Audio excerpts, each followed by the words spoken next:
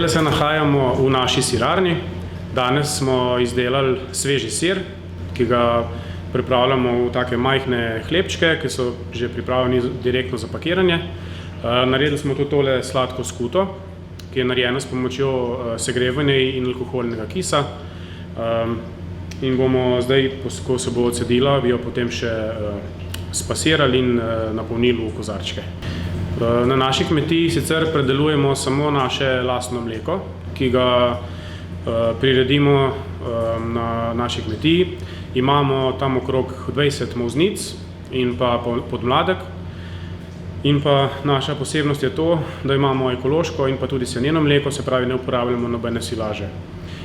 Ga pa na mesec pridelamo in tudi veliko večino predelamo oziroma direktno prodamo tam okrog 7 do 8 tisoč litrov. Naše krave so vsako leto od aprila nekje do oktobra na paši, ker imamo zelo dober predpogoj za to, namreč imamo zelo dobro zložene parcele, imamo kmetijo skoraj v enem kosu in imamo res zelo dobre pogoje za pašo.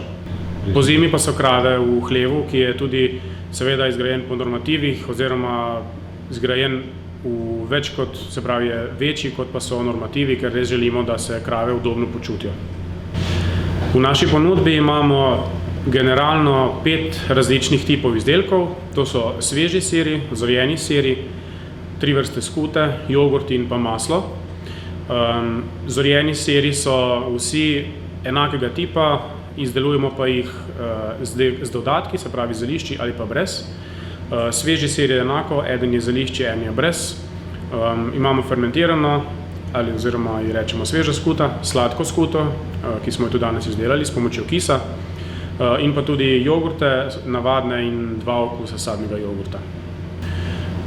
Opažamo, da se zanimanje kupcev za ekološke izdelke stalno povečuje. Je pa res, da so kupci čedalje bolj zahtevni, se pravi, pričakujejo res vrhunsko kakovost. Niso zadovoljni samo s tem, da je gor napis ekološko, ampak želijo res prvovrstne izdelke in taki izdelki potem tudi sami zase delajo reklamo in jih ni noben problem prodati. Na naši kmetiji z lahkoto se prodamo, v bistvu nekaj naročil tudi zavračamo, ker imamo mleka pač toliko, kot ga imamo in ga ne dokupujemo. Kupci k vam prihajajo na dom, hkrati pa iščete tudi druge prodajne poti. Ja, mi imamo v bistvu zelo netipične prodajne poti za slovenske kmetije, namreč nikjer ne prodajamo na tržnicah ali sejmih. Zdaj smo se odločili za tako pot zaradi tega, ker časovno vsega tega ne zmoremo. Odločili smo se, da bomo del izdelkov prodali tudi v javne zavode, tukaj v bližini, nekaj šol, nekaj vrtcev. Približno 10% prodamo v domači prodajalni, vse ostalo pa prodamo prek trgovin in nekaj tudi gostilnam oziroma restauracijam z visokim nivojem kakovosti. Kmetijo sem prevzel leta 2011 in sicer sem v bistvu prevzel od starega očeta in jo takoj začel preusmerjati v predelavo našega mleka. Mi smo bili prej čisto tradicionalna, konvencionalna kmetija, imeli smo hlev s 15 privezi za krave molznice in ko sem takrat zaključil fakulteto, sem se odločil, da ostanem doma in začnem intenzivno razvijati dopolnilno dejavnost, se pravi predelavo mleka, kajti naša kmetija je bila daleč premajhna, da bi dajala en dohodek vsaj enemu družinskemu članu. Zato smo v bistvu se res v celi družini takoj začeli s tem ukvarjati. Intenzivno sem začel se tudi izobraževati s področja predelave mleka. Zgodba je v bistvu taka, da mi je potem mama kupila sirarski kotel in sem začel delati. Začeli smo res iz ničle, potem pa smo tudi kandidirali na razpisu za mlade prevzemnike in smo tudi dobili tam nekaj nepovratnih sredstev. Potem smo začeli tudi infrastrukturno prenavljati našo kmetijo. Imeli smo dotrajen hlev, tudi nismo imeli sirarne, tako da smo najprej hlev, potem pa zdaj 2 leti nazaj pa še sirarno. V bistvu hlev smo preuredili in dogradili, sirarno smo pa zgradili čisto na novo, kajti ker se vsakodnevno ukvarjamo s predelavo mleka, seveda nujno rabimo prostore, ki so temu namenjeni in nam seveda omogočajo dostojno delo. Eden od vidikov, ki smo ga, oziroma ena dodatna zadeva, ki smo jo na kmetiji tudi spremenili, je bila uvedba paše. Naša kmetija se nahaja v središču vasi, zaradi tega ne moremo krav neposredno iz hleva spuščati na pašo. In ko sem malo brskal tudi po spletu, se oziral okrog in tako naprej, kako je sploh možno te zadeve na cenejši način urediti, sem prišel do tega, da obstajajo celo prevozna molzišča. In ker največji problem je molža, ni problem prenočevanje krav na paši, problem je samo molža. In za ta namen sem v bistvu tudi se odločil, da bom izdelal prevozno molzišče, kar mi je tudi s pomočjo prijateljev uspelo. In tudi ta projekt mi je pomagal, da sem leta 2016 dobil naziv Inovativni mladi kmet, ki ga podeljujeta Kmetijsko-gozdarska zbornica Slovenije in Zveza slovenske podeželske mladine. Tako da res se mi zdi, da naša kmetija je res na eni pravi poti, res tudi kot družina držimo skupaj in ne dela vsak v svojo smer, ampak gremo vsi v isto smer in tako se da tudi zelo veliko narediti. Tudi starši mi res pomagajo, moram reči, da brez pogojne pomoči staršev seveda do take zgodbe ne bi mogli peljati. Seveda naziv Inovativni mladi kmet mi tudi zelo veliko pomaga pri promociji. Takrat, ko sem prejel ta naziv, seveda smo bili še toliko bolj zanimivi za medije in so nas tudi kupci seveda toliko bolj opazili. Seveda pa vse take stvari poskušamo čim bolje izkoristiti. Kaj je pretehtalo, da ste se usmerili v ekološko kmetijo? Zelo veliko smo razmišljali, ali se preusmeriti v ekološko kmetijo ali ne. Namreč naša cela kmetija leži na območjih z omejitvenimi dejavniki in naš teren ni primeren za intenzivno pridelavo. Imamo več kot 2/3 stalnega travinja, ostalo so njive in v bistvu imamo zelo dobre pogoje za ekološko rejo. Tudi konkretno v govedoreji je tudi gnojenje olajšano, ker imamo svoje živinska gnojila.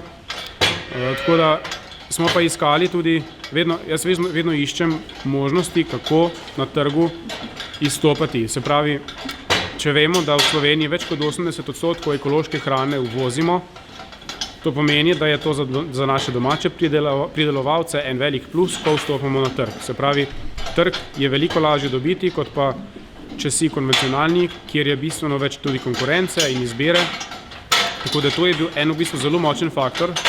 Saj, če bi se samo preusmerili v ekološko in mleko še vedno oddajali po konvencionalni ceni, to v bistvu bi pomenilo, da bi bankrotirali, ker so tukaj višji stroški, prireja je manjša in pa na našem območju prej ni bilo nobenega odkupa ekološkega mleka, tako da je bila v bistvu zgodba zamišljena in tudi izpeljana kot celota. Se pravi, pridelava ekološkega mleka, ki smo ga sedaj tudi nadgradili 2 leti nazaj v seneno ekološko mleko, se pravi brez uporabe silaže, in pa seveda predelava mleka doma oziroma neposredna prodaja ter dodajanje vrednosti našemu mleku in prodaja kupcem. Obdelujemo približno 25 hektarov zemljišč. To je v bistvu vse zelo tukaj blizu kmetije, najbolj oddaljena parcela je stran 1 kilometer, tako da je tu tudi en zelo pomemben vidik. Imamo manj stroškov, imamo manj dela, pa tudi seveda manjši okoljski odtis, ker imamo zelo malo transporta.